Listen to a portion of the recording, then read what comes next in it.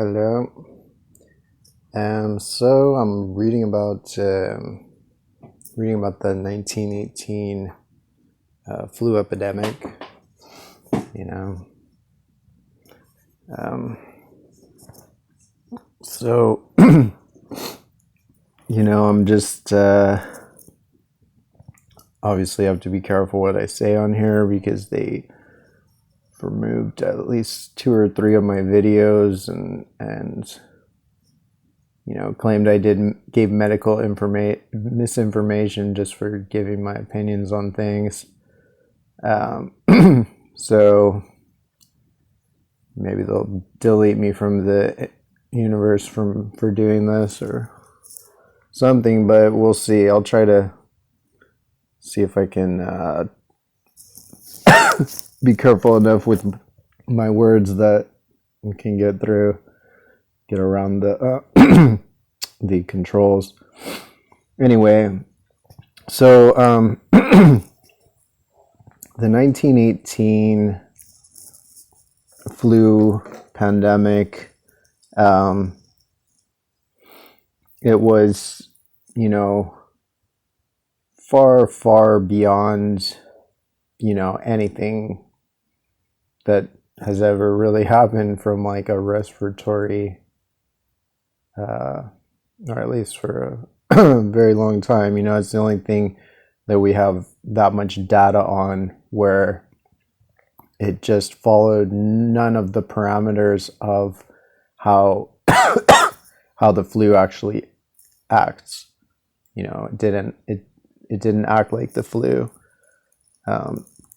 So they called it the Spanish influenza, but people say it may have actually come from the US, which of course some people have said the same thing about more recent pandemics, that they could have been tied to the lab leak in North Carolina in like 2019 or 18 or whenever that was. And then, so that's another similarity of a connection to the US. But yeah, so this came out of nowhere, and not only did it kill, much more people. I think it killed like 50 million people worldwide or something like that. And most of those that died were it was the opposite of a flu, any other flu. It was the opposite of any other flu that's ever existed. So a normal flu, it kills the very elderly, sometimes the very young, like infants or babies or whatever, and then the most likely to survive are people in their like 20s and 30s. But this flu was the opposite of every other flu. And this flu, at the time when people in their 20s and 30s were on the brink of establishing socialism and communism, they were supporting this was in the midst of the Russian Revolution. So it was the largest communist revolution in history at that time. And, it was during the Spanish, the leftists were also amassing in Spain and taking on Franco, I think. Unless that was later. Anyway, I think it's that same time. So anyway, it was a big moment for the left, and specifically for socialism. Sorry. Anyway, again,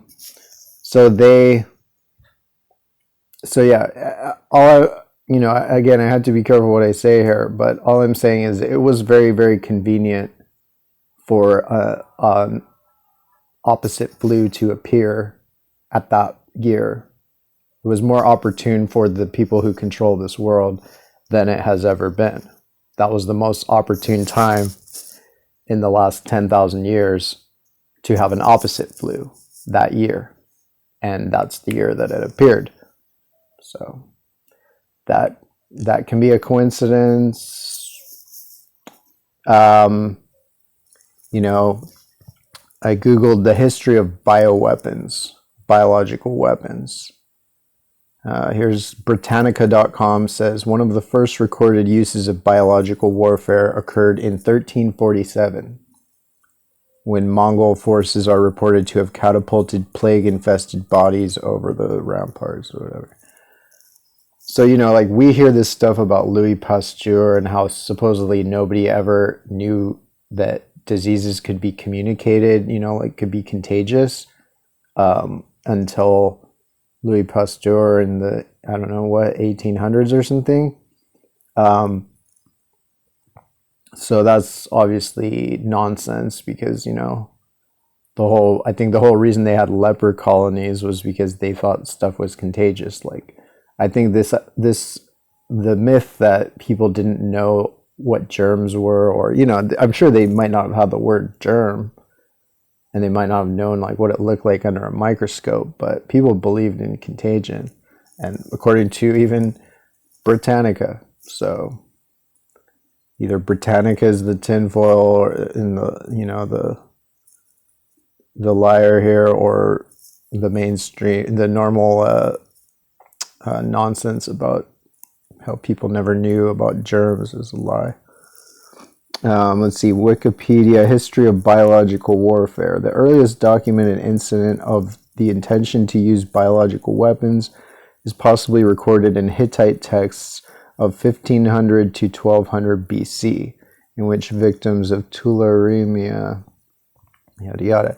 So again, the Hittites, you know, over 3,000 years ago, you know, 3,500 years ago, they understood germs and they used it in war. Let's see. While ignited by World War II, bioweapons programs in the Soviet Union and the US reached new heights in the anxious climate of the Cold War.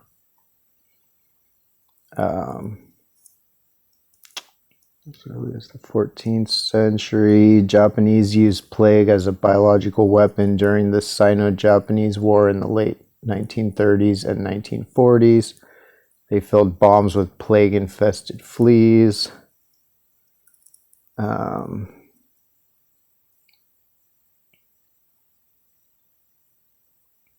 So, biological warfare is as old as civilization, observes Bloch. But it was international revulsion over the widespread use of poisonous mustard gas during yada yada. Okay, so we've established that bioweapons are not new. They're not like from the last, you know, decade or something only. They've been they've been used for apparently thousands of years, and they were part of the Cold War. The U.S. developed them against the Soviet Union, it says here. So, you know, I just would hope for people to use logic and to realize, you know, again, I have to be careful what I say on here, or the, you know, reptiloid Nazis that run YouTube will delete this and ban me again. But I would just encourage people to use logic and notice that there have been 3 major pandemics in the last century. And one was during the Russian Revolution. The other one was during the international student uprisings and revolutions of 1968, which were seen as equally a seminal moment in the world. And then the next one happened the moment that the media acknowledged that Bernie Sanders is and, you know, self-described socialist was the front runner for the Democratic nomination. So these are, you know, for people who are not into politics, they might not understand the significance of these events, but these were the most revolutionary moments of the last century, those 3 moments, those 3 years. And they all were effectively ended in many ways, and certainly these pandemics have you know, like the 1918 one, a flu pandemic that targets people in their 20s and 30s who just happen to be the ones who were, you know, socialists, you know, who wanted to change the world, you know, even some of them that grew up with money. They somehow, there was a generation that had enough solidarity and conscience and whatever that millions of people were turning towards socialism. And then boom, here appears all of a sudden this flu that is unlike any flu that ever existed before it, and unlike any flu that has ever existed since it. It's not, doesn't have any, like the only similarity to a flu it has is just that it was a respiratory disease. But the fact that it's killing the youth, killing people in their 20s and 30s, and literally during 1918, you know, as I've saw in this video, this guy, the genesis of 1918 Spanish influenza, University of Arizona, Michael Warabi, professor ecology and evolutionary biology at the University of Arizona, he said that in 1918, the elderly, the very elderly, had a lower death rate than they did the previous year from the regular flu. So the Spanish influenza was a godsend for them, apparently, because it was fine for everybody who wasn't of communist revolutionary age. Literally, you know, like there's nothing else like that in history. There's no flu that's ever done that. I mean, there's no flu that's killed that many people, period, but certainly not killed young people and left people with actually weak it killed everybody with a strong immune system and left everybody with a weak immune system alive at a time when those people with the strong immune systems happen to be on the brink of permanently ending capitalism worldwide, and or at least in large sections of the world. And so I just find it very interesting that that happened then. It happened in 1968 during, you know, the 68 revolutions. That's what I grew up studying, you know, like back when we thought the boomers were radical and whatever. That was like that was the glory time, 1968. That was when the world, all the universities of the world were protesting against Vietnam. There was revolutions in different countries, and there was just an unprecedented international leftist solidarity. And along comes poof, boom, some kind of terrible pandemic out of nowhere, the worst pandemic since the communist revolution appears. And then supposedly apparently the next terrible pandemic doesn't appear until socialism actually had a chance to win electorally. And I mean, whatever you think of where the virus came from, it's incontrovertible fact that the virus ended Bernie's campaign and gave us Biden, a right-wing capitalist. So, but I mean, in a way, I don't know, I almost feel like the fact that leftists like can't even like consider these possibilities, like, I don't want to say the left deserves this, but if you just keep like assuming that the powers that be, I don't know, like, you know, if you assume things, then that's what you get. Like if you don't actually like I don't know.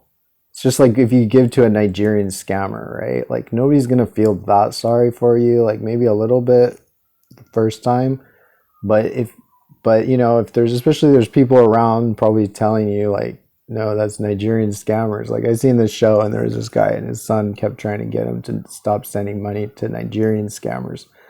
But he's like, no, man, no, these are my friends. They're my friends. They're gonna send me. We're gonna get rich. They're like a princess and or a king in Nigeria or something.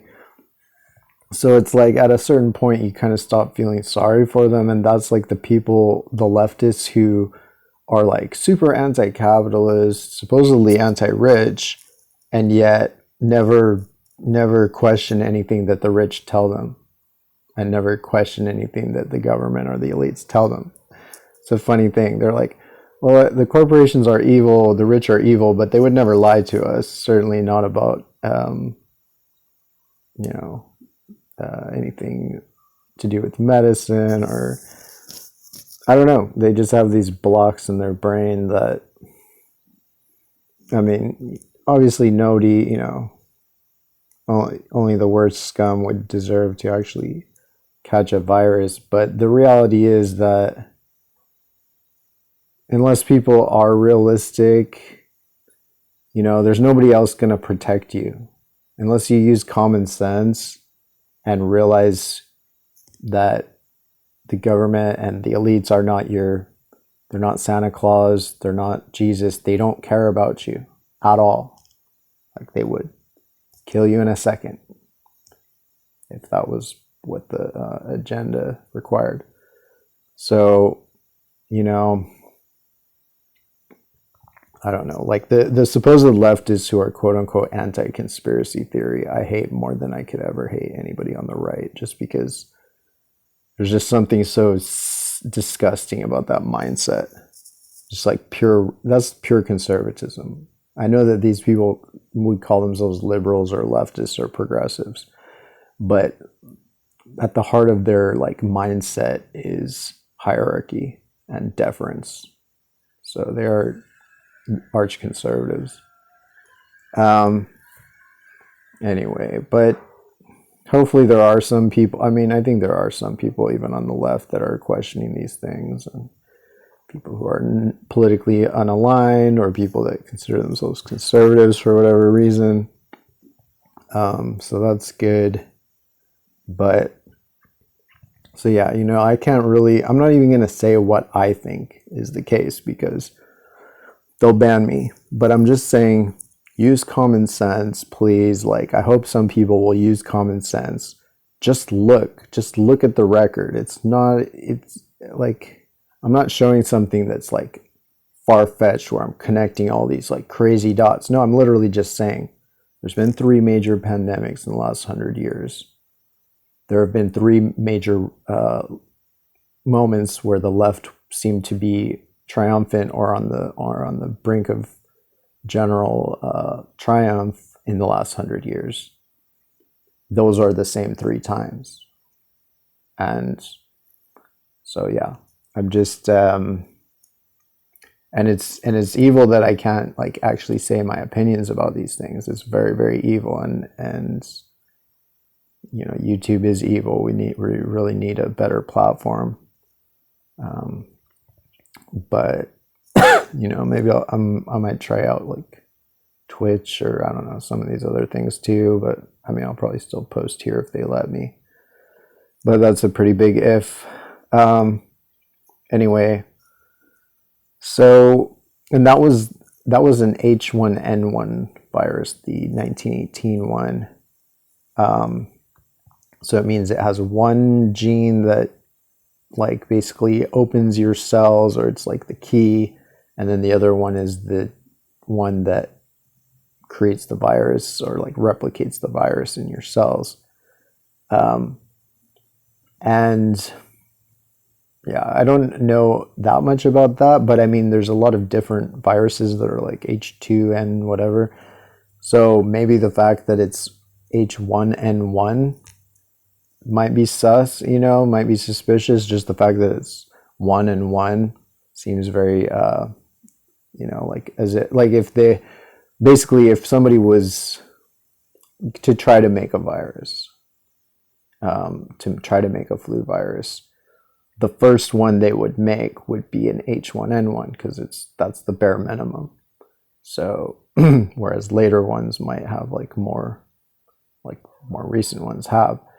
So that I don't know enough about that aspect of it to say conclusively, but that's something that seems sus to me. And